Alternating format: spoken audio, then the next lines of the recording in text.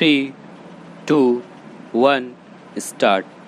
Sir, the Press Council Second Amendment Bill 2004 was introduced by me in the last session. As I submitted in my statement, which I laid on the table of the House, I requested the House to consider the Second Amendment because an ordinance had to be issued since the life of the Council was expiring. Since the life of the present Council was expiring, we had to issue the ordinance. At this stage, I do not think I have much to say because it is a very simple bill. It is only trying to extend the life of the Press Council till the end of the year. If we are able to finalize the information of the Press Council earlier, then, of course, the present term would expire earlier. You will recall I had said in the course of the last debate that a committee of members of Parliament has been working for the drafting of the second bill, which is likely to come up before the end of this session. If time is made available, I will make every effort to bring it before this session itself. The committee has been sitting and they have been able to come to their conclusions more or less. It is now in the drafting stage and I hope it will be possible for me to bring the bill before the House soon. I would not like to go into the merits and demerits of the new bill at this stage. I would only say that it is a very simple bill extending the life of the present Council. I hope the House will approve of this at an early date so that I can go to the other House before the budget debate is taken up.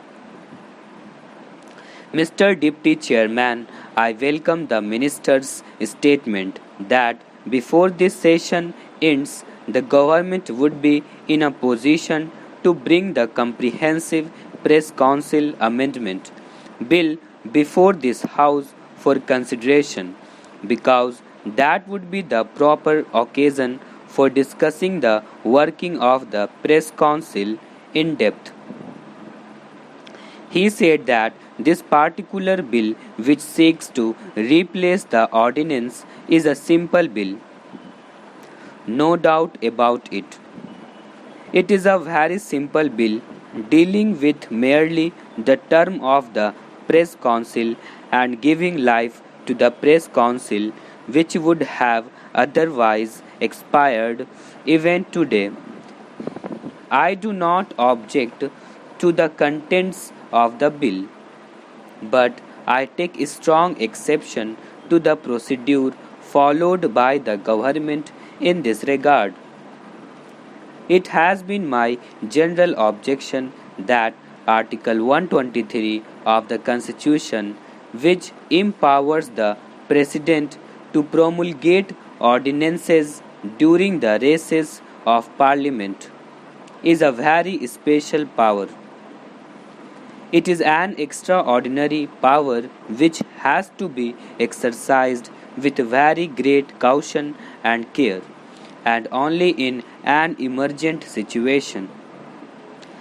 Unfortunately, with this government, Article 123 has become a matter of routine. It has been stated in the statement by the Minister explaining why an ordinance was necessary, that because the bill was introduced only on 21st December, there was no time to pass the bill as the life of the Press Council was due to expire on 31st December. For this reason, there was no option except to take recourse to an ordinance. My submission to the government would be that the government was fully in the know that the term of the Press Council was due to expire on 31st December. This was not something which suddenly came out. Why did not the government take prompt measures in time to bring forth a bill before Parliament extending the term of the Press Council, instead of introducing the bill only towards the fag end of the session of Parliament and then making it a plea for promulgating the ordinance? My point simply is that Article 123 is not intended to remedy the negligence of the government. It is not intended to cover up the lapses of the government. It is intended to be invoked only in extraordinary circumstances when something new crops up which was not or could not be foreseen while the Parliament was in session. Suppose, for instance, between the 21st or 22nd December, when the Parliament session ended, and the 31st December, something had happened which made it absolutely obligatory for the government to have recourse to this ordinance making power. Then I could have understood it. But in this case, I would say that this is only another manifestation to the government's habit of taking recourse to ordinances. Rule by ordinance, I hold very strongly, is repugnant to the concept of parliamentary democracy. It denigrates and weakens the efficacy and primacy of the parliamentary institutions. It is on this ground that I oppose the promulgation of such ordinances. The Press Council has been in existence for 9 years now, and it was in 2005 that the Press Council Bill was passed.